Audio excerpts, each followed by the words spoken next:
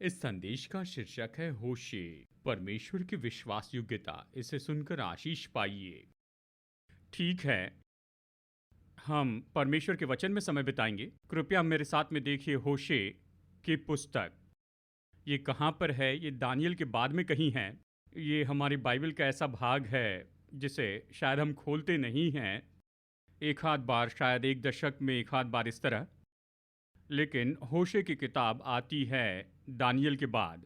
ये तो पुराने नियम के अंतिम भाग में है। तो मैं आपको कुछ महत्वपूर्ण बातें बताना चाहता हूँ इस किताब से, होशे की किताब से।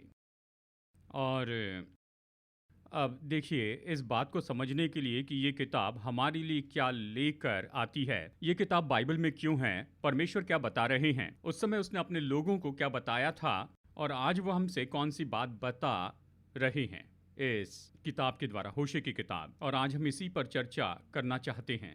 अब यहाँ थोड़ा सा इतिहास देखते हैं। मुझे पता नहीं आपको इतिहास पसंद है। जानता हूँ कुछ लोग चर्च छोड़कर चले गए क्योंकि मैंने इतिहास सिखाया।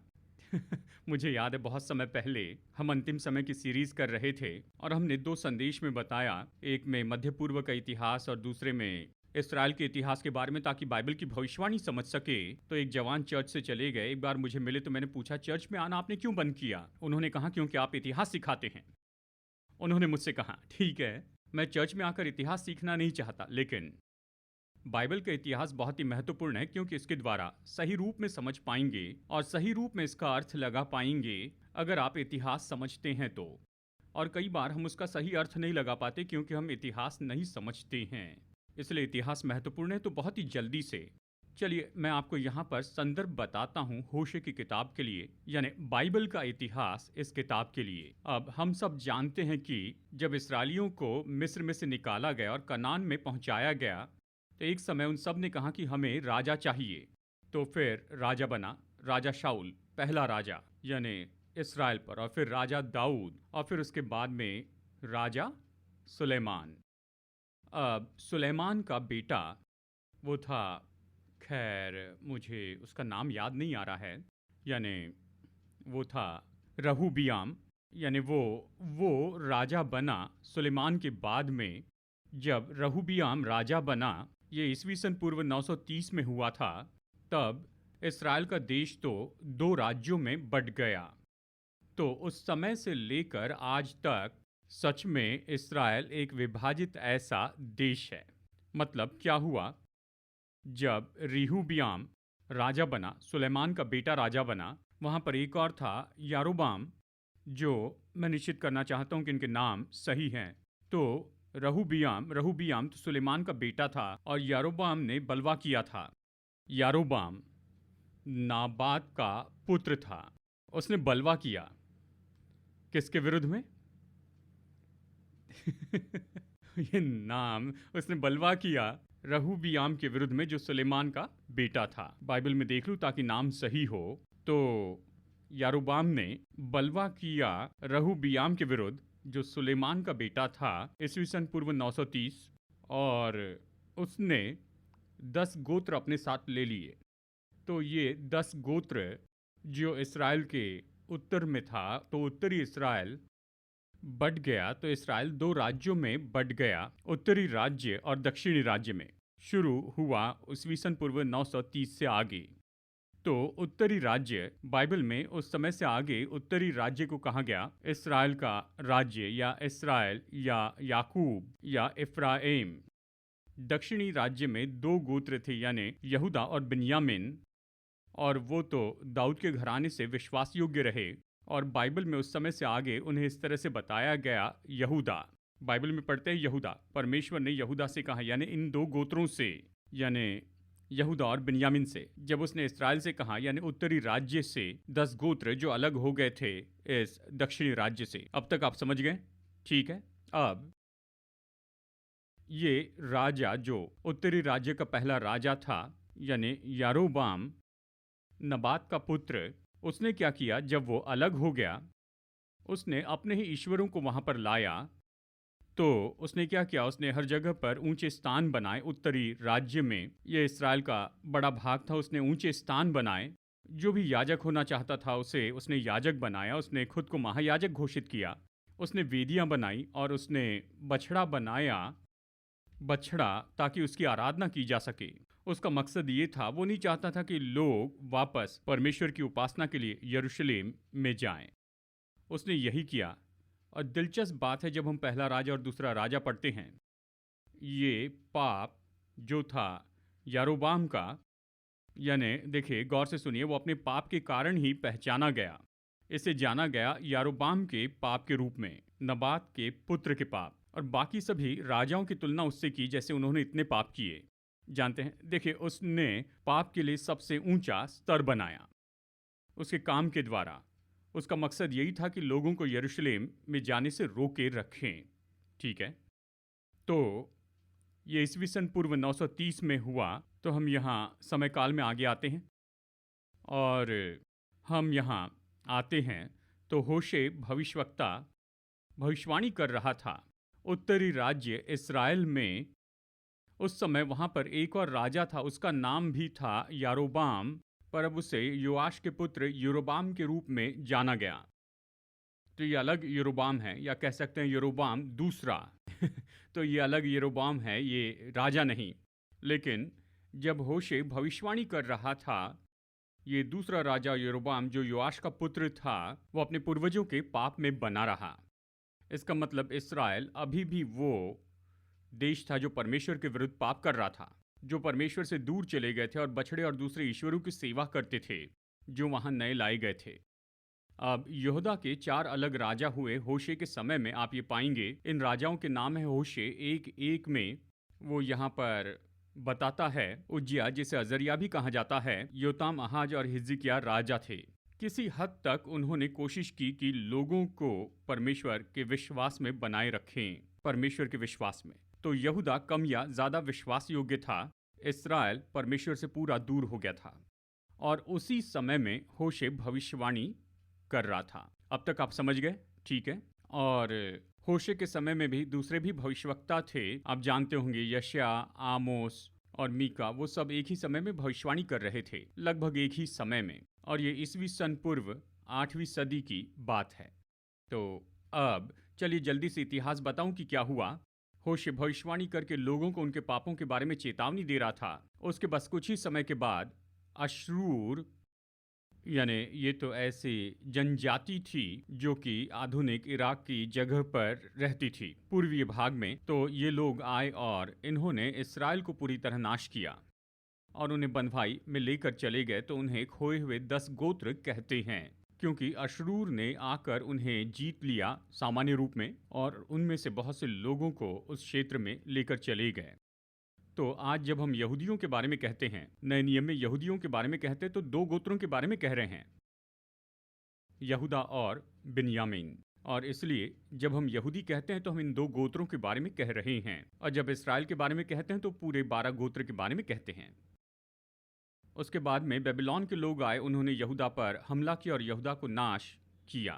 आपको याद होगा, नबूकदनेस्सर ने आकर यहूदा को नाश किया, यरूशलेम को, और उन्हें बंधुआई में लेकर गए। यानी ये दोनों राज्य, यानी पूरे इस्राएल ने दुख उठाया शत्रु के हाथ से, जैसे वो अपने जीवन में न्याय में से होकर गए।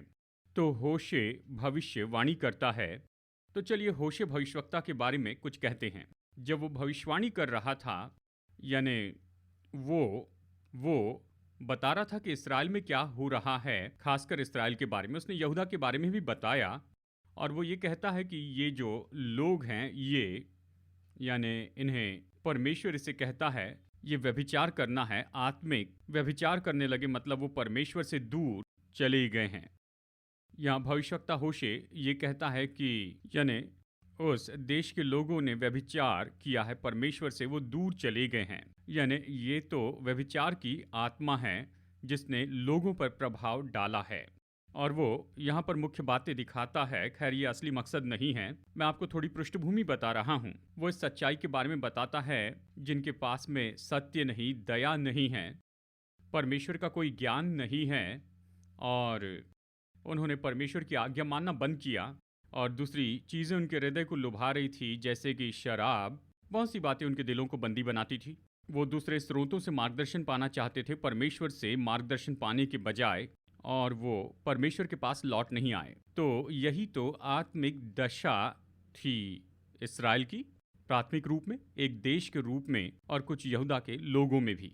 तो वो कहता ही ये आत्मिक व्यभिचार है, लोग परमेश्वर से दूर चले गए हैं। तो इस संदर्भ में परमेश्वर होशे से कहते हैं, वो कहते हैं, मैं चाहता हूं तुम एक व्यक्ति से शादी करो, उसका नाम है गोमेर, और उनके 3 बच्चे होते हैं, 2 बेटे 1 बेटी। और परमेश्वर कहते हैं कि हर एक का खास नाम रखना, और हर एक नाम एक संदेश बताता है, यानी इस्राएल के लोगों को। और फिर क्या होता है, गोमेर होशे को छोड़कर चली जाती हैं और दूसरे प्रेमियों के साथ में घूमती हैं। परमेश्वर होशे से कहते हैं, मैं चाहता हूं कि तुम उसे जाकर छुड़ाओ, उसे वापस खरीद लो, अपने लिए उसे वापस खरीद लो, और ऐसा करो कि उसके साथ में कॉन्ट्रैक्ट करो कि वो तुम्हें कभी छोड़कर न जाए। तो देखिए उसका उसका पूरा जीवन, कि उसने गोमेर से शादी की और उसके 3 बच्चे हुए, और गोमेर चली जाती है और वो जाकर गोमेर को अपने लिए वापस लाता है। ये इस्राएल देश के लिए भविष्यवाणी का संदेश हो जाता है। क्या आप समझ रहे हैं? तो एक साइड नोट है, ये कोई मुख्य शीर्षक नहीं है, ये भविष्यवाणी का चिन्ह हो जाता है। निश्चय ऐसा समय रहा है आपके और मेरे जीवन में कि परमेश्वर ऐसी चीज़ों का या कुछ ऐसे लोगों का या परिस्थितियों का उपयोग कर सकते हैं भविष्यवाणी के चिन्ह के रूप में। तो हमें उसके बारे में सचेत रहना, लेकिन उसके द्वारा जकड़े न जाएं कि बिल्ली मेरा रास्ता काट गई, क्या ये चिन्ह है? ये चिन्ह नहीं है, ये अंधश्रद्धा है। तो मैं खुला रहना चाहता हूं कि परमेश्वर हमें चिन्ह दे सकते हैं भविष्यवाणी का संदेश लोगों के द्वारा, और जिन परिस्थितियों का सामना करते हैं, क्योंकि इस केस में उसने यही किया, उसने उपयोग किया होशे और उसके पूरे परिवार का। इसके कारण क्या हुआ, भविष्यवाणी का चिन्ह इस्राएल के लिए, भविष्यवाणी के चिन्ह के लिए खुले रहे, लेकिन उससे ग्रसित ना हो। ये मत सोचिए कि हर एक चीज चिन्ह है, पहचाने। सबसे महत्वपूर्ण है कि पवित्र आत्मा को सुनिए। लेकिन मैं यहाँ बताना चाहता हूँ इस किताब के मुख्य शीर्षक को। यहाँ परमेश्वर लोगों को क्या बता रहे हैं? वो चाहते हैं कि उसके लोग जान ले कि वो तो उनके लिए इतने समर्पित हैं, कि उनके लिए इतने विश्वास योग्य हैं कि यदि वो उसे छोड़कर भटकते जाए, फिर भी वो उनके पीछे आएंगे। तो मैंने इसका सारांश बनाया और 4 पॉइंट में बताना चाहता हूं। भटकने वाली आत्माओं के लिए परमेश्वर की पुकार। दूसरी बात, भटकने वाली आत्माओं के लिए परमेश्वर की भलाई। भटकने वाली आत्माओं के लिए परमेश्वर का हृदय, और भटकने वाली आत्माओं के लिए परमेश्वर की प्रतिज्ञाएं। 4 चीजें।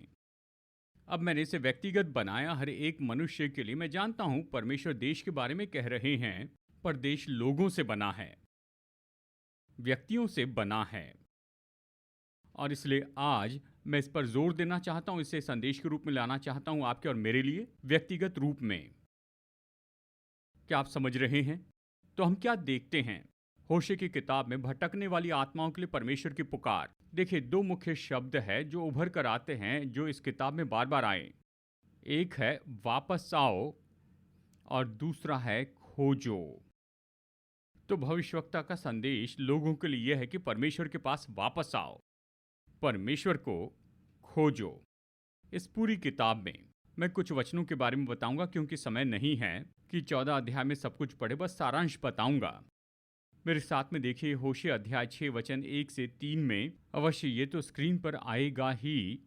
चलो हम यहोवा की ओर फिरे, क्योंकि उसने फाड़ा और वही चंगा भी करेगा, उसी ने मारा और वही हमारे घावों पर पट्टी बांधेगा। 2 दिन के बाद वह हमको जिलाएगा और तीसरे दिन वह हमको उठाकर खड़ा करेगा, तब हम उसके सम्मुख जीवित रहेंगे। आओ हम ज्ञान ढूंढे, वरन यहोवा का ज्ञान प्राप्त करने के लिए यत्न भी करें, क्योंकि यहोवा का प्रकट होना भोर का सा निश्चित है। वो वर्षा के समान हमारे ऊपर आएगा, वरन बरसात के अंत की वर्षा के समान, जिससे भूमि सींचती है। तो होशे का संदेश था, आओ हम प्रभु के पास वापस जाएं। वो महान परमेश्वर है, वो हमें नया बनाएंगे, उसके पास वापस चले।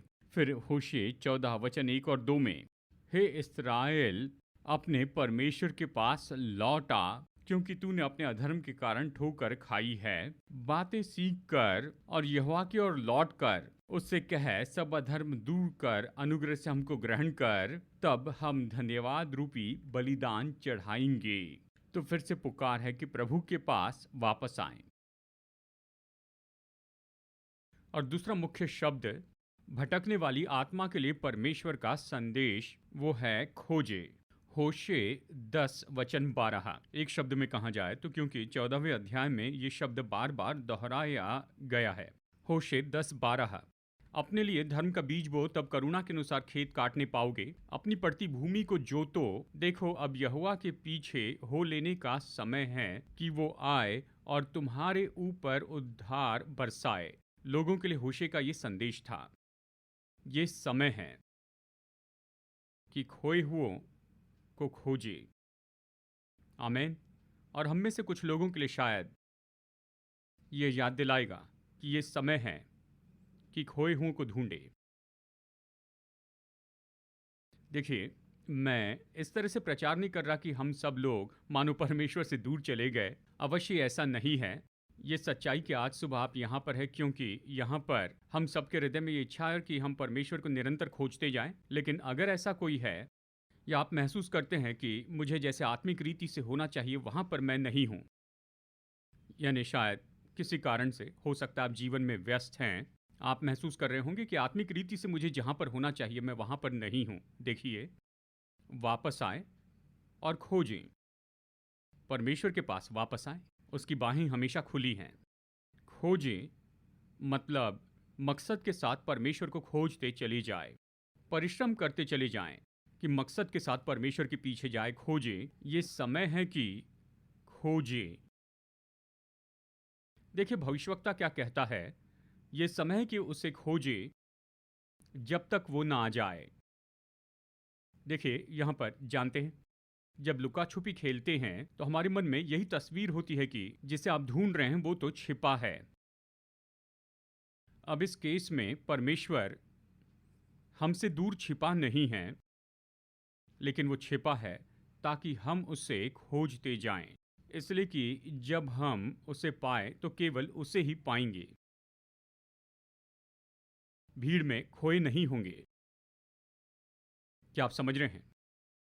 वो भीड़ में नहीं है, ओ यहाँ नहीं, वो कहीं पर छिपे हैं, मतलब वो भीड़ में नहीं है, वो कहीं और है। तो जब आप उसे पाएंगे तो उसे अकेला ही पाएंगे। वो यही तो चाहते हैं। उसे खोजें, वापस आए, खोजे, उसे खोजे। जब तक वो आ न जाए तो कब तक उसे खोजना है? जब तक कि उसे न खोज ले, उसे पाए, उसे जान ले कि आपके जीवन में कुछ हो रहा है,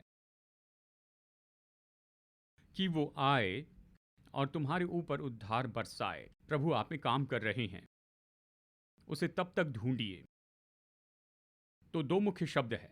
अब और भी कुछ बातें हैं वापस आकर उसे खोजने के संदर्भ में, वो हैं, चलिए मैं आपको कुछ प्रतिज्ञाएं याद दिलाता हूं यहां पर यिर्मयाह से, यिर्मयाह 29:13 से यिर्मयाह 29:13। यहां पर यिर्मयाह कहता है, लोगों से कहता है, तुम मुझे ढूंढोगे और पाओगे भी, क्योंकि तुम अपने संपूर्ण मन से मेरे पास आओगे। तो तुम मुझे ढूंढोगे तो मुझे पाओगे, लेकिन संपूर्ण मन से मुझे ढूंढना होगा। प्रभु यही तो चाहते हैं, पूरे हृदय से मेरे पीछे चलो, आधे दिल से नहीं। मेरी माँ मुझे ऐसे करने के लिए कह रही है, इस तरह से ढूंढना नहीं, ये आप में से आना चाहिए, आपके हृदय से आना चाहिए। आमीन।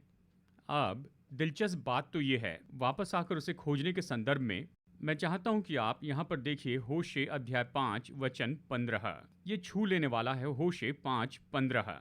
परमेश्वर ये कहते हैं, जब तक वे अपने को अपराधी मानकर मेरे दर्शन के खोजी न होंगे, तब तक मैं अपने स्थान को न लौटूंगा।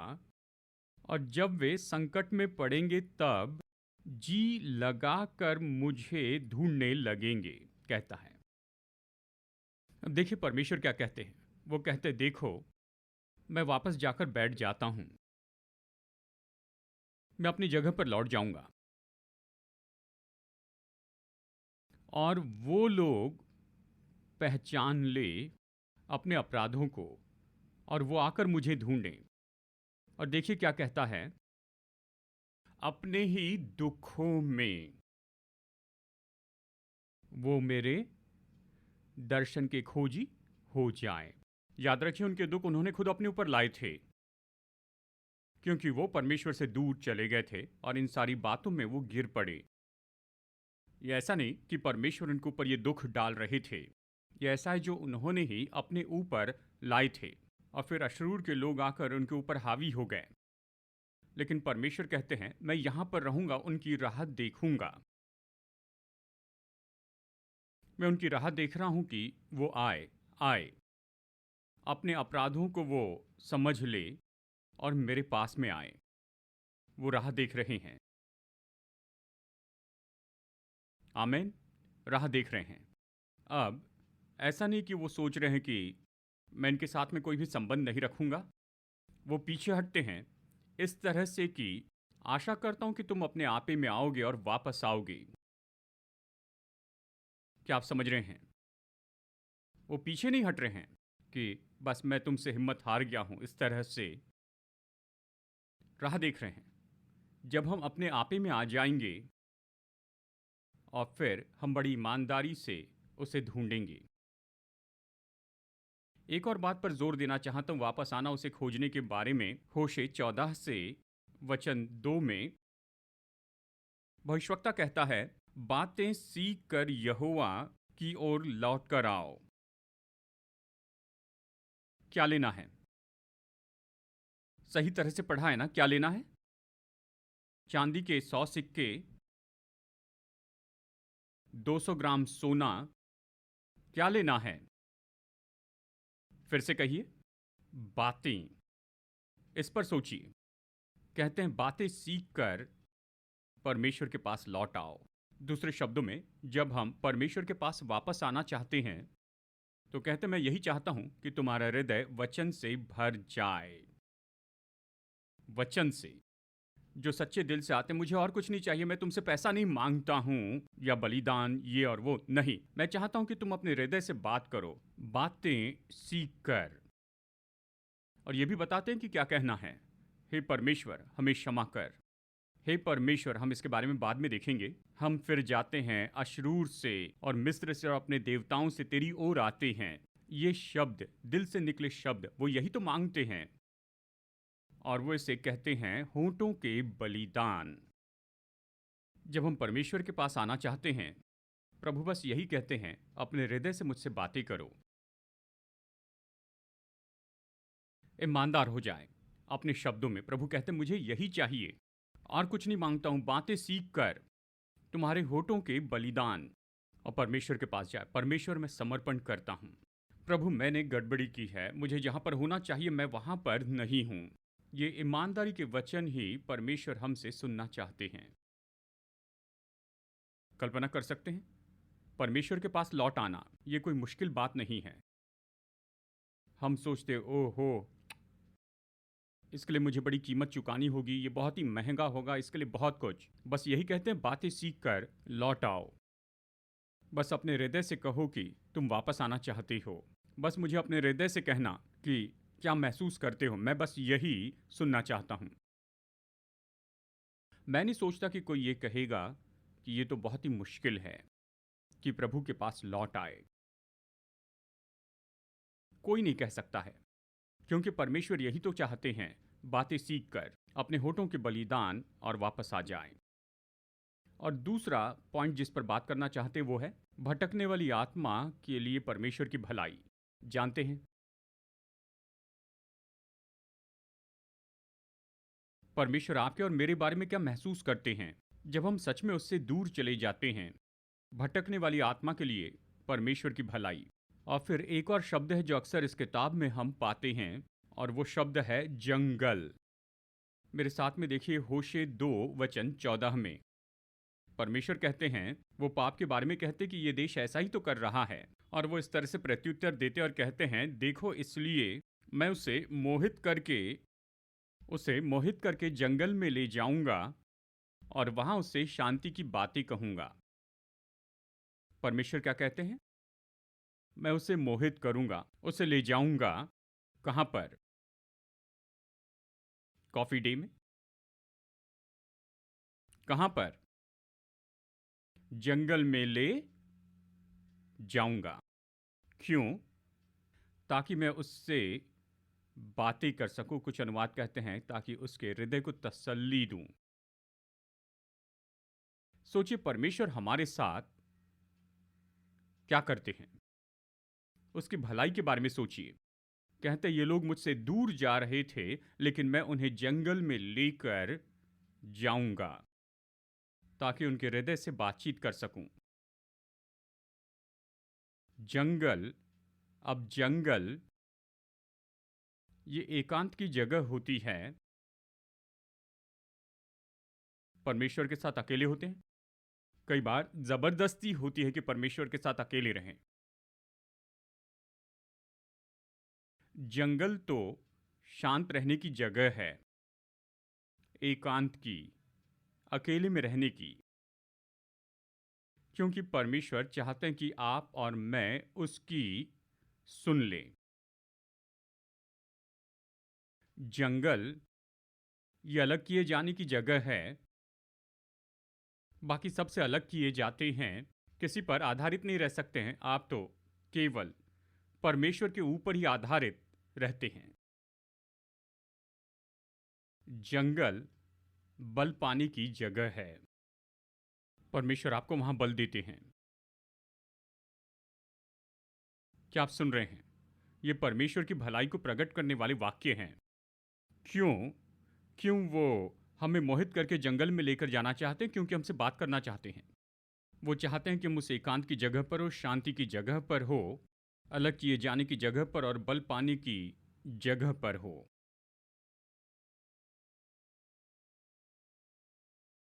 आमीन। अब कई बार हमारी यात्रा में हम खुद को जंगल में पाते हैं।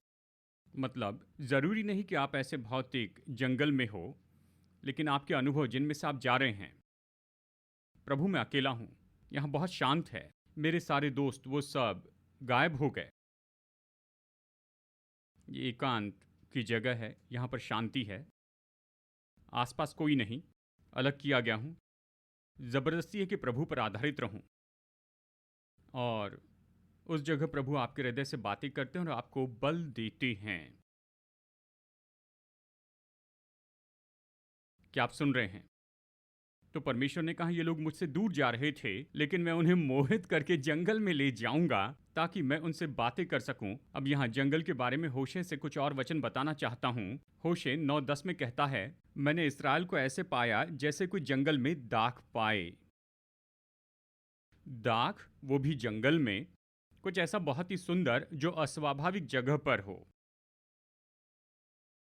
परमेश्वर कहते हैं, देखिए यहां पर परमेश्वर अपनी प्रसन्नता को अपने लोगों में बताते हैं। हालांकि वो महसूस करते हैं कि मैं तो जंगल में हूं। परमेश्वर कहते हैं, मैं तुम्हारे साथ अच्छा समय बिता रहा हूं। मैंने इसराइल को ऐसा पाया जैसे जंगल में दाख पाए। एक जगह कहते हैं, होशे 13:5 में उसने कहा, मैंने उस समय तुझ पर मन लगाया जब तू जंगल में वरन अत्यंत सूखे देश में था। जब सब कुछ मुश्किल था, परमेश्वर ने कहा उस जगह मैंने तुम पर मन लगाया है। जब आप जंगल में होते हैं, परमेश्वर आपको जानते हैं। क्या अब तक आप समझ गए? आप में से कुछ लोग इतिहास में कहीं खो गए हैं। नंबर 3, भटकने वाली आत्माओं के लिए परमेश्वर का हृदय ये संदेश का मुख्य भाग है।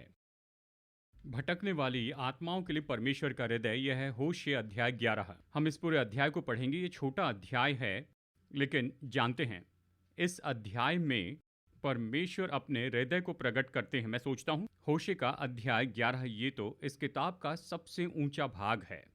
यही तो मुख्य संदेश है। तो कृपया मेरे साथ में पढ़िए होशे अध्याय 11। हम सभी वचनों को पढ़ेंगे। जब इस्राएल बालक था तब मैंने उससे प्रेम किया और अपने पुत्र को मिस्र से बुलाया। तो सोचिए परमेश्वर बात करते हैं। अब वह ऐसे पिता के रूप में बात कर रहे हैं जैसे कोई अपने बेटे से बात करता है। जब इस्राएल बालक था तब मैंने उससे प्रेम किया। अब निश्चय इस वचन का दूसरा भाग तो यीशु के बारे में हमें बताता है। वचन 2, परंतु जितना वे उनको बुलाते थे उतना ही वे भागे जाते थे। वे बाल देवताओं के लिए बलिदान करते और खुदी हुई मूर्तों के लिए धूप जलाते गए। मैं ही इफ्राइम को, यानी इसराइल के बारे में कहता है, दोनों समानार्थी हैं, मैं ही इफ्राइम को पाँव पाँव चलाता था, उनको गोद में लिए फिरता था, परंतु वे न जानते थे कि उनका चंगा करने वाला मैं हूँ। मैं उनको मनुष्य जानकर प्रेम की डोरी से खींचता था, और जैसा कोई बैल के गले की जोत खोलकर उसके सामने आहार रख दे, वैसा ही मैंने उनसे किया। वो मिस्र देश में लौटने न पाएगा, अशरूर ही उसका राजा होगा। ये चेतावनी देते वो आकर तुम्हें नाश करेंगे, क्योंकि उसने मेरी ओर फिरने से इनकार कर दिया है। तलवार उनके नगरों में चलेगी और उनके बेड़ों को पूरा नाश करेंगी। ये उनकी युक्ति के कारण होगा। मेरी प्रजा मुझसे फिर जाने में लगी रहती है। यद्यपि वे उनको परम प्रधान की ओर बुलाते हैं, तो भी उनमें से कोई भी मेरी महिमा नहीं करता। मैं चाहता हूँ प्रभु के हृदय को महसूस करे। प्रभु कहते हैं, मैंने बच्चे के जैसे उनसे प्रेम किया। मैंने उन्हें बुलाया, मैंने उन्हें चलना सिखाया, मैंने उसका हाथ थाम लिया, मैंने उन्हें चंगाई दी। वचन 4, मैं उनको मनुष्य जानकर प्रेम की डोरी से खींचता था, मैंने झुककर उन्हें आहार दिया। इस पर सोचिए। ये तस्वीर है एक पिता की जो अपने बच्चे की, पुत्र की देखभाल करता है। परमेश्वर कहते हैं, मैंने अपने लोगों से ऐसे ही व्यवहार किया, लेकिन वो फिर से चले गए झूठे ईश्वरों के पीछे, और वैसे भटकते चले गए। परमेश्वर का हृदय देखिए। और फिर देखिए इसके बाद में क्या होता है। वचन 8, इस वचन को देखिए। हे एप्रैम, मैं तुझे क्यों की छोड़ दूं? बहुत बड़ी बात है। हे इस्राएल, मैं क्यों कर तुझे शत्रु के वश में कर दूं? मैं क्यों कर तुझे अदमा की नाई छोड़ दूं और सबोयीम के समान कर दूं? मेरा हृदय तो उलट पुलट हो गया, मेरा मन स्नेह के मारे पिघल गया है। तो परमेश्वर कह रहे हैं, मैं तुम्हें कैसे छोड़ दूं? कैसे तुम्हें शत्रु के वश में कर दूं? अब अदमा और सबोयीम तो ऐसे नगर थे जो सदोम और अमोरा के साथ में नाश कर दिए गए। उन नगरों के बारे में कह रहे हैं। दूसरे शब्दों में, मैंने जैसे उन भयानक शहरों को नाश किया, वैसे तुम्हें नाश नहीं कर सकता। मैं ऐसा नहीं कर सकता। मेरा हृदय तो उलट पुलट हो गया, मेरा मन स्नेह के मारे पिघल गया है। क्या आप सुन रहे हैं? क्या आप सुन रहे हैं? परमेश्वर क्या कह रहे हैं? वो कह रहे हैं, मेरे लोग, मैं तुमसे कैसे आशा छोड़ दूं? मैं कैसे तुम्हें त्याग दूं? मैं तुम्हें कैसे नाश करूं? मैं ऐसा नहीं कर सकता। आप इस वचन के अंतिम भाग को देखिए। कुछ आधुनिक अनुवाद में इस तरह से कहा गया है। देखिए, कंटेम्प्रेरी इंग्लिश वर्जन कहता है, मैं ऐसा नहीं कर सकता हूं। तुम्हारे लिए मेरा महसूसीकरण तो इतना मजबूत है। इंग्लिश स्टैंडर्ड वर्जन कहता है कि मेरा हृदय मुझे घेर लेता है, मेरी करुणा गर्म हो जाती है और कोमल होती है। द मैसेज बाइबल, मैं ऐसे विचार करने की सोच भी नहीं सकता हूँ। मेरा भीतरी व्यक्तित्व सुरक्षा करना चाहता है। द गुड न्यूज बाइबल, मेरा हृदय इसे नहीं करने देगा। तुम्हारे लिए मेरा प्रेम तो इतना मजबूत है। आज आप खुद के बारे में क्या सोचते हैं? यानी आपको क्या लगता है परमेश्वर आपके बारे में क्या सोचते हैं? शायद आप कहीं पर भटक गए हैं। उसने आपसे और मेरे साथ इतने प्रेम से, इतने करुणा से व्यवहार किया है, जैसे पिता बच्चे से व्यवहार करता है। शायद हम विश्वास योग्य नहीं रहे, शायद हमने ऐसा कुछ कर दिया है। आपको क्या लगता है परमेश्वर आपके बारे में क्या सोचते हैं? मैं एक बात बताना चाहता हूं, परमेश्वर आपको कभी नहीं त्यागेंगे, त्याग नहीं सकते हैं। वो कहते हैं, मैं तुमसे इतना प्रेम करता हूं कि मैं इसे नहीं कर सकता हूं। क्या आप समझ रहे हैं? ये परमेश्वर का हृदय है भटकने वाली आत्माओं के लिए। कहते हैं, मैं तुमसे इतना प्रेम करता हूं कि ऐसा नहीं कर सकता हूं। मेरा हृदय उलट पुलट हो गया, मेरा मन स्नेह के मारे पिघल गया। तुम्हारे लिए मेरा प्रेम इतना मजबूत है। वचन 9 कहते हैं, मैं अपने क्रोध को भड़कने न दूंगा और न मैं फिर प्रेम को नाश करूंगा, क्योंकि मैं मनुष्य नहीं परमेश्वर हूँ। मैं तेरे बीच में रहने वाला पवित्र हूँ, मैं क्रोध करके न आऊंगा। कहते हैं, मैं मनुष्य नहीं परमेश्वर हूँ। मनुष्य के पास केवल इतना ही है, वो ले सकता है। प्रभु कहते हैं मैं परमेश्वर हूं, मैं मनुष्य नहीं। मनुष्य प्रतिज्ञा करेगा उसे निभा नहीं पाएगा। प्रभु कहते हैं जब मैं वाचा बांधता हूं तो उसे पूरी करूंगा। देखिए, मनुष्य शायद वादा कर दे लेकिन उसे पूरा करने की क्षमता उसमें ना हो। परमेश्वर कहते हैं मैंने तुम्हें वचन दिया, मैं इसे पूरा कर सकता हूं। मैं परमेश्वर हूं, मनुष्य नहीं, और इसलिए मैं तुम्हारे साथ विश्वास योग्य रहूंगा, और इसलिए मैं तुमसे प्रेम करूंगा चाहे कुछ भी क्यों ना हो। मैं परमेश्वर हूं, मनुष्य नहीं। अगले 3 वचन। वचन 11, वे मिस्र से चिड़ियों की नाई और अश्शूर के देश से पंडुकों की आएंगे। माफ कीजिए, वचन 10, वे यहोवा के पीछे पीछे चलेंगे। वो तो सिंह की नाई गरजेगा और तेरे लड़के पश्चिम दिशा से थरथराते हुए आएंगे। परमेश्वर कहते हैं मैं गरजूंगा। जानते हैं प्रभु गरजते हैं। परमेश्वर कहते हैं मैं सिंह के जैसे गरजूंगा। इसका क्या अर्थ है? जब सिंह गरजता है तो अपने अधिकार और राज्य को दिखाता है कि जंगल का राजा है। परमेश्वर कहते हैं मैं प्रकट करूंगा अपने राज्य और अधिकार को, और जब मेरे लोग मेरी महानता को देखेंगे तो वो मेरे पास में आएंगे। आमीन। परमेश्वर ने कहा मैं अपनी महानता दिखाऊंगा, यानी अपने लोगों को अपने पास वापस लेकर आऊंगा। वचन 10 जो हमने पढ़ा। वचन 11, वे मिस्र से चिड़ियों की नाई और अश्शूर के देश से पंडुकी की नाई थरथराते हुए आएंगे, और मैं उनको उन्हीं के घरों में बसा दूंगा। एप्रेम ने छल से और इस्राएल के घराने ने छल से मुझे घेर रखा है, और यहूदा अब तक पवित्र और विश्वास योग्य परमेश्वर की ओर चंचल बना रहता है।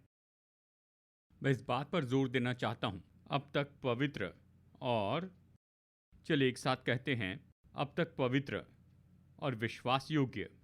फिर से कहिए, अब तक पवित्र और विश्वास योग्य। ये बहुत ही महत्वपूर्ण शब्द है, विश्वास योग्य। होशे की किताब में ये महत्वपूर्ण है।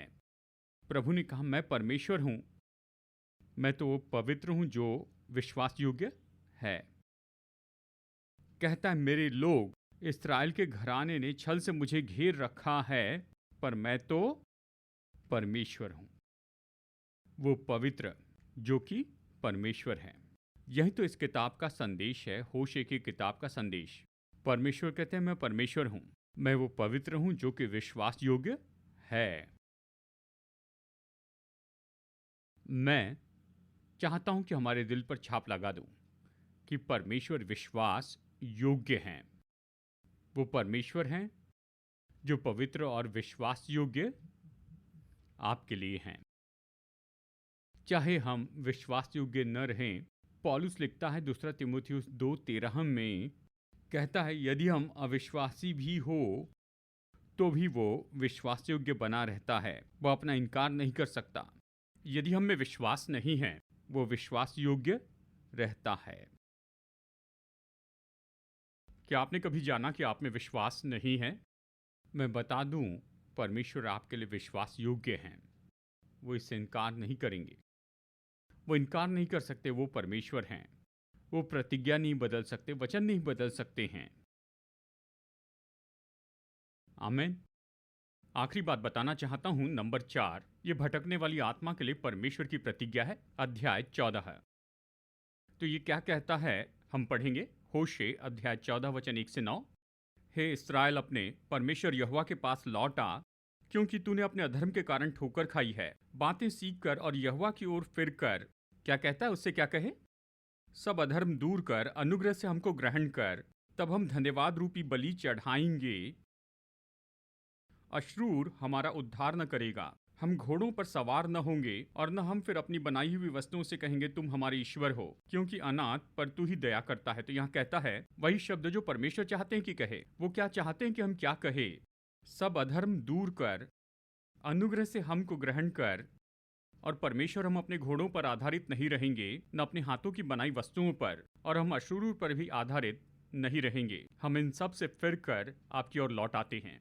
और उनके लिए परमेश्वर की प्रतिज्ञा क्या है? वचन 4, मैं उनकी भटक जाने की आदत को दूर करूंगा, मैं सेत में उनसे प्रेम करूंगा, क्योंकि मेरा क्रोध उन पर से उतर गया है। मैं इस्राएल के लिए ओस के समान होऊंगा। वो सोसन की नाई फूले फलेगा और लबानोन की नाई जड़ फैलाएगा। उसकी जड़ से पौधे फूट कर निकलेंगे। उसकी शोभा जलपाई की सी और उसकी सुगंध लबानोन की सी होगी। जो उसकी छाया में बैठेंगे वे अन्नही की नाई बढ़ेंगे। वे अन्नही की नाई बढ़ेंगे और वे दाखलता की नाई फूले फलेंगे। और उसकी कीर्ति लबानोन के दाखमधु की सी होगी। एप्रेम कहेगा, मूर्तों से अब मेरा और क्या काम।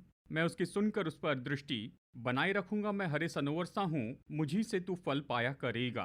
परमेश्वर कहते हैं, मुझी से तू फल पाया करेगा। जो बुद्धिमान हो वही इन बातों को समझेगा, जो प्रवीण हो वही इन्हें बूझ सकेगा। क्योंकि यहोवा के मार्ग सीधे हैं और धर्मी उनमें चलते रहेंगे, परंतु अपराधी उनमें ठोकर खाकर गिरेंगे। कुछ समय में हम प्रार्थना करेंगे। प्रभु अपने लोगों से यही कहते हैं, मैं उनकी भटक जाने की आदत को दूर करूंगा। मैं उनकी सुनूंगा। जिस कारण से भी हम परमेश्वर से दूर हो गए, परमेश्वर कहते उसे दूर करूंगा। मैं उनसे सेंतमेत प्रेम रखूंगा। सेंतमेत प्रेम रखूंगा, बिना शर्त से, विश्वास योग्य प्रेम। मेरा क्रोध दूर किया गया है। परमेश्वर आप पर क्रोधित नहीं, वो क्रोधित नहीं है। उसका क्रोध दूर किया गया है। वो कहते हैं, मैं इस्राएल के लिए ओस जैसे हो जाऊंगा। और अगले कुछ वचन में कहते हैं, सामान्य रूप में आपका पुनर्गठन करेंगे, आपको नया बनाएंगे और आपकी खुशबू यानी आपके बारे में जो भी अच्छा है वो वापस आ जाएगा। और कहते हैं, यहां तक कि लोग तुम्हारे पास वापस आएंगे। जो लोग पहले आपके साथ थे, आपको छोड़कर चले गए, वापस आएंगे। सब कुछ आपके जीवन में नया बन जाएगा। क्या आप सुन रहे हैं? यही परमेश्वर की प्रतिज्ञा है। भटकने वाली आत्मा के लिए कहते हैं, प्रभु के पास वापस आए। इन शब्दों में कहें, प्रभु मुझे माफ करना, मैं फिर रहा हूं, इन चीजों का इनकार करता हूं, मैं आपकी ओर वापस आता हूं। प्रभु कहते, मैं तुम्हें चंगा करूंगा, तुमसे सेंतमेत प्रेम रखूंगा, मैं सब कुछ वापस लौटाऊंगा। मैं लौटाऊंगा वो सारी महिमा जो तुम्हारे पास थी, तुम्हें वापस दूंगा। लोग आपके पास वापस आएंगे। आमीन। आखिर में अंतिम वचन पर फिर से जोर देना चाहूंगा, होशे 14:9। ऐसा लगता है कि ये वचन इस पूरी किताब का उद्देश्य हमें बताता है। कहता है, जो बुद्धिमान हो वही इन बातों को समझेगा। तो होशे कह रहा है, मैंने तुम्हें ये सब कुछ बता दिया क्योंकि मैं चाहता हूं तुम समझ लो। वो इन बातों को समझ ले। जो प्रवीण हो वही इन्हें बूझ सकेगा। क्योंकि यहोवा के मार्ग सीधे हैं और धर्मी उनमें चलते रहेंगे। तो ये किताब हमारे सामने खोल रही है परमेश्वर के मार्ग, ताकि आप और मैं इसमें चल सके। हम परमेश्वर के बारे में क्या जानते हैं? वो विश्वास योग्य है। होशे की किताब में परमेश्वर के बारे में क्या देखते हैं? विश्वास योग्य परमेश्वर। ऐसा परमेश्वर जो आपसे प्रेम करता है। ऐसा परमेश्वर जो हमारे जंगल में भी हमसे बातें करता है। ऐसा परमेश्वर जो कहता है, मैं चंगाई दूंगा, तुम्हें नया बनाऊंगा, मैं तुम्हारी महिमा वापस लाऊंगा। और वचन 9 कहता है, तुम्हारे बुद्धिमान लोग इसे जानेंगे, इसे समझेंगे और इन मार्गों में तुम परमेश्वर के पीछे चलोगे। देखिए, आप और मैं लोगों के सामने सदैव इस परमेश्वर को दिखाएंगे। आप दूसरों के लिए ऐसे ही होंगे।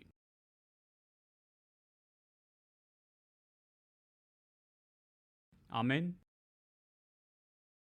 हम कुछ पल प्रार्थना करेंगे। अगर ऐसा कुछ है जो होशे के किताब के इस सारांश में जिसने आपके दिल से बात करी है, तो आप प्रभु से बात कीजिए। कहिए, प्रभु आज मैं यहाँ पर आया हूँ और मैं ये महसूस करता हूँ कि आप मुझसे यही बात कर रहे हैं। हम में से कुछ लोग ऐसी जगह पर हैं जहाँ पर हमें प्रभु के पास वापस आकर उसे खोजना होगा। अगर ऐसा करना पड़े तो शब्द लीजिए। आपके दिल के शब्द, ऐसे शब्द जो आपके हृदय से निकलते हैं, प्रभु आपसे यही सुनना चाहते हैं।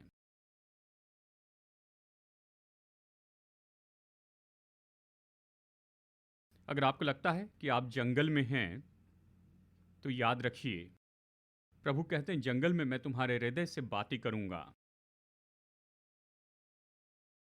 जंगल का ये समय परमेश्वर के साथ का आपका समय है। वो आपसे प्रसन्न होता है। जैसे जंगल में दाखलता पाई जाती है, वो आपको जानते हैं, वो आपसे बात करते हैं। और हम सब लोग, हम में ये शाश्वती हो सकती है कि हमारा परमेश्वर विश्वास योग्य है। चाहे हम विश्वास न करें तो भी वो विश्वास योग्य रहते हैं। हम ये शाश्वती रख सकते हैं। हम सब में कमजोरियों का समय होता है। शायद हम उस तरह से नहीं जिए जिस तरह से हमें जीना चाहिए था, पर परमेश्वर विश्वास योग्य है। उसने हमें छोड़ा नहीं है। मैं चाहता हूं अपने हृदय में शाश्वती पाए। परमेश्वर विश्वास योग्य है आपके लिए।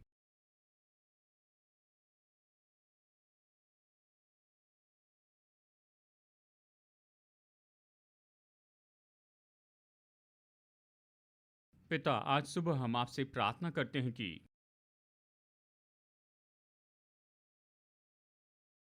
हम में से हर एक का हृदय आपके साथ में जुड़ जाएं।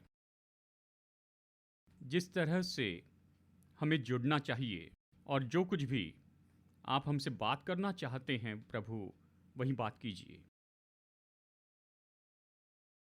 शायद हम प्रोत्साहित हो और बल पाए और हम इस बात की शाश्वती रखें कि वो पवित्र तो विश्वास योग्य है। आप परमेश्वर हैं, आप मनुष्य नहीं हैं।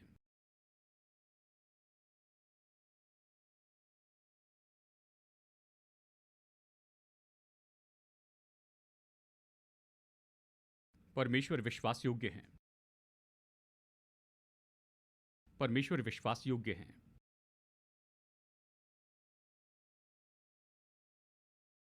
हम बस कुछ पल के लिए यहाँ प्रार्थना करेंगे और मैं चाहता हूं कि जब हम प्रार्थना करेंगे आप चमत्कार के लिए विश्वास कीजिए।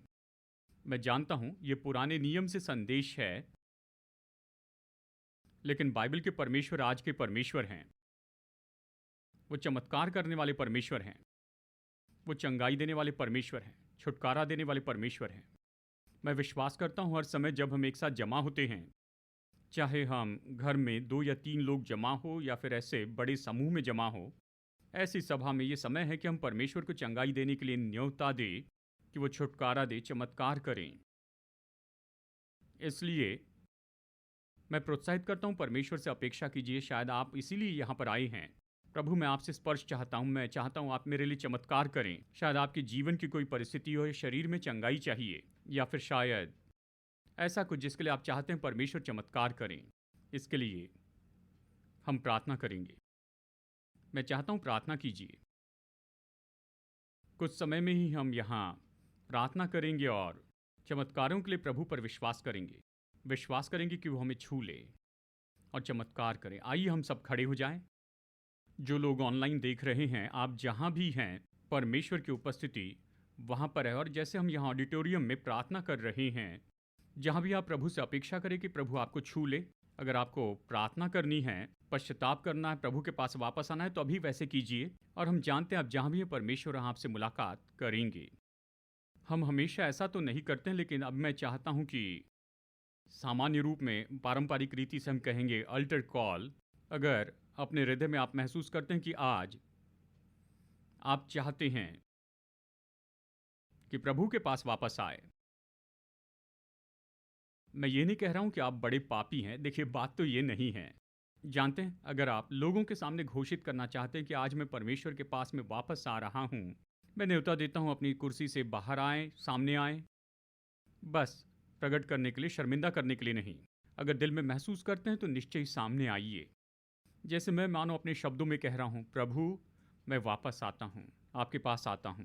मैं चाहता हूं कि आप इसे कीजिए। हमारे लाइफ ग्रुप लीडर आएंगे और वो निश्चय आपके लिए प्रार्थना करेंगे।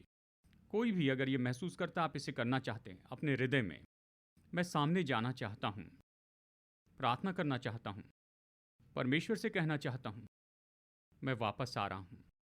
मैं चाहता हूँ अपनी कुर्सियाँ छोड़कर सामने आए। इसमें कोई भी शर्मिंदगी की बात नहीं है, इसमें कुछ गलत नहीं है। बस आप ये कह रहे हैं कि मैं आज़ाद हो रहा हूँ, परमेश्वर की उपस्थिति में कि क्या है, परमेश्वर मैं वापस आ रहा हूँ, मैं इसे करना चाहता हूँ। अगर यहाँ पर कोई है जो दिल में महसूस करता है ऐसे करने के लिए, वेदी के पास आकर कहना चाहते हैं कि प्रभु मैं वापस आता हूँ, ऐसा करने के लिए आज़ादी महसूस करें, सामने आएँ, चल कर आएँ। हमारे लाइफ ग्रुप लीडर यहाँ पर आपके साथ प्रार्थना करेंगे कि बस आपसे प्रेम करें, इतना ही। ये किसी व्यक्ति के ऊपर दोष लगाने के लिए नहीं है, बस ये कहना है कि प्रभु के पास मैं वापस आता हूँ, मैं वहाँ रहना चाहता हूँ जहाँ परमेश्वर चाहते हैं कि मैं रहूँ। कोई भी ऐसा करने के लिए आज़ाद है, ठीक है। और हमारे लाइफ ग्रुप के लीडर प्रार्थना करने के लिए तैयार हैं, आप किसी भी समय आ सकते हैं, सामने आइए और हम प्रार्थना करेंगे किसी भी ज़रूरत के लिए, किसी भी ज़रूरत। अगर आप यहाँ पर ज़रूरत के साथ में आए हैं तो हम प्रार्थना करेंगे और पास्टर यहाँ पर आपके लिए वचन बोलेंगे और निश्चय ये वचन आपको बताएंगे और फिर उसके बाद और हम सब लोगों की चंगाई और छुटकारे के लिए प्रार्थना करेंगे। तो आइए ऐसा ही करें, आगे बढ़िए, इनके लिए प्रार्थना कीजिए। हमारे लाइफ ग्रुप लीडर्स कृपया आइए, इन लोगों के साथ में खड़े रहिए, इनके साथ रहकर इनके लिए प्रार्थना कीजिए। आइए आइए हमारे लाइफ ग्रुप लीडर सामने आइए, ये इन सब लोगों से प्रेम रखिए, इनके लिए प्रार्थना कीजिए। और कोई जो आगे आना चाहता है आप आ सकते हैं, हम ये वाइट बैंड्स हटा सकते हैं जो शायद रोकने वाले होंगे। इन सब लोगों के लिए प्रार्थना कीजिए, बड़े प्यार से इनके लिए प्रार्थना कीजिए, ठीक है। आज हम ऐसा करना चाहते हैं, लोगों के लिए आप प्रार्थना कीजिए, प्रेम से इनके लिए प्रार्थना कीजिए। जो भी सामने आता है उनसे प्रेम कीजिए, उनके लिए प्रार्थना कीजिए। आइए आइए, हम लोगों से प्रेम रखते हैं, जहाँ परमेश्वर चाहते हैं वहाँ ये होना चाहते हैं, तो हम इनसे प्रेम रखते हैं। आगे आइए, और कोई है जॉय, आप लोगों के लिए प्रार्थना कीजिए।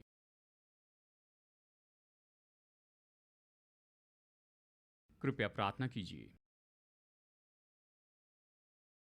और कोई है, बस इनके लिए प्रार्थना कीजिए। अगर कोई और चाहिए प्रार्थना कीजिए, प्रार्थना कीजिए, ठीक है, ठीक है। और पास्टर भी इनके लिए प्रार्थना कीजिए। कृपया स्टेज के बीच में आइए, आइए सामने आइए और बस आप अपने दिल को खोलिए और प्रभु से प्रार्थना कीजिए। और प्रभु लोगों की सेवकाई करें, प्रभु लोगों की सेवकाई करें, प्रार्थना कीजिए। धन्यवाद, धन्यवाद। हम एक साथ प्रार्थना करेंगे। पिता, हम धन्यवाद देते हैं हर एक वचन के लिए जो यहाँ पर कहा गया है, जो कुछ भी यहाँ पर बताया गया है। पिता, हम प्रार्थना करते हैं हर एक व्यक्ति के लिए जो अभी यहाँ पर उपस्थित हैं या ऑनलाइन देख रहे हैं, घर से या जहाँ कहीं से। हम आपकी आत्मा की सामर्थ्य मांगते हैं कि हर एक के जीवन को छू लीजिए। और शायद इन परेशानियों के बारे में हमने यहाँ पर बताया हो, या ऐसे बहुत सी जो होंगे जिनके बारे में नहीं कहा, पर प्रभु आप सब जानते हैं। पिता, आपके पुत्र प्रभु यीशु मसीह के नाम में यहाँ पर चंगाई हो और छुटकारा हो और बड़ी विजय आए और बहुत से चमत्कार हो जो आपके लोगों के जीवन में खोले जाएं। जो असंभव बातें हैं वो संभव हो इनके जीवन की परिस्थिति में। जैसे आपने अपने वचन में कहा कि आप चंगाई देंगे, आप हमसे प्रेम रखेंगे, आप ओस के जैसे होंगे, आप बिल्कुल नया बनाएंगे, ताज़ा बनाएंगे। धन्यवाद देते हैं पिता, धन्यवाद, धन्यवाद करते हैं प्रभु, धन्यवाद। अब हमारे प्रभु यीशु मसीह का अनुग्रह और हमारे स्वर्गीय पिता परमेश्वर का प्रेम और उसके पवित्र आत्मा की मधुर संगति इन सब के साथ हमेशा होती रहे, यीशु के नाम में, आमेन, आमेन। संदेश सुनने के लिए धन्यवाद। भरोसा करते हैं कि ये संदेश आपके लिए आशीष रहा। मुफ्त के स्रोत पाने के लिए, जिनमें हैं सरमन नोट्स और पब्लिकेशन, पाने के लिए विजिट करें apcwo.org पर। बेंगलुरु के एपीसी बाइबल कॉलेज की जानकारी पाने के लिए विजिट कीजिए apcbiblecollege.org पर। याद रखिए, all peoples church Bengaluru app download कीजिए एप्पल या गूगल प्ले स्टोर से।